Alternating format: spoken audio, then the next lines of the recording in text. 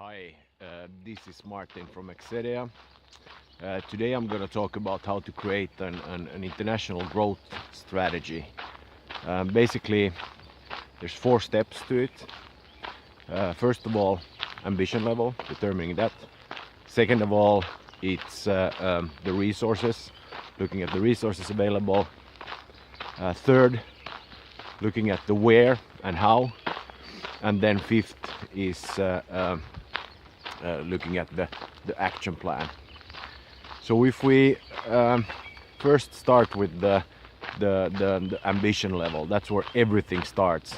Basically, you have to think about how ambitious you want to be in your plans.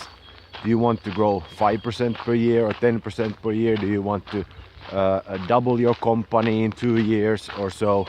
That determines a lot about the sort of future and how you're gonna see it.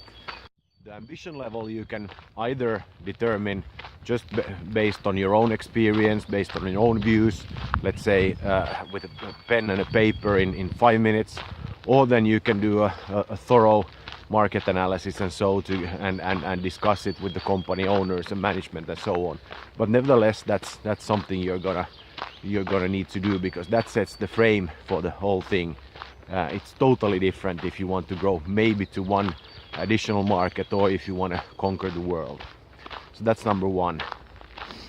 Step number 2 is resources, because it's easy for company owners or board or whatever to say that yeah we want to grow, you know, across the globe or a continent or whatever, but when you check that to the available resources, then that might be not so realistic. So you need to do the double checking there. So first the ambition level, then check it towards the resources available. And just like in ambition level, 2 levels here, either you can think about just the existing resources, or then you can think about where you could acquire additional resources. So again, it's totally different that if you have 5,000 euros or $5,000 available for you in resources, or if you would have 5 million, for example, what you can do.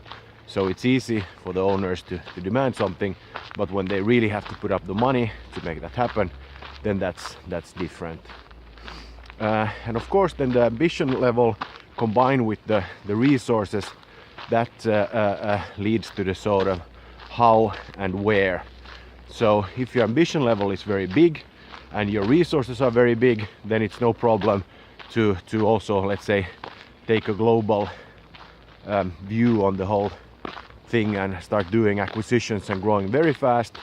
On the other hand, then if you have like limited resources, but also your ambition level is let's say more moderate, then also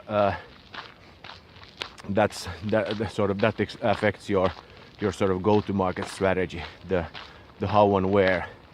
Here again, 2 levels. You can either do it yourself, sort of think that okay, where does this combination of market or of resources and ambition level fit into, sort of how can you grow that way. Or then you can fly in some of the best consultants in the world from Excedea, for example, to make you a proper go-to-market plan based on that. The 4th point is the action plan. So naturally, when you have the ambition level, you know your resources, you've mapped that well and coordinated that against the sort of how and where, then you can create the action plans. And what determines the good actions? To put it shortly, good actions are smart.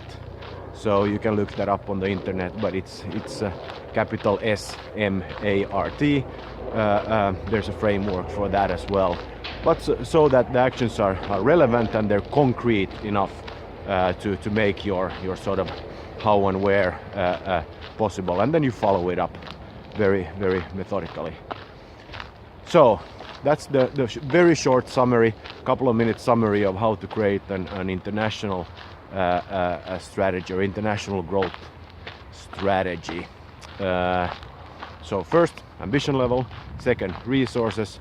third, go to market, the how and the where, and fourth, a very good concrete action plan. That's it here from the Finnish nature.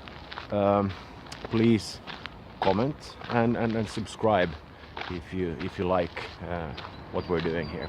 Thanks, bye.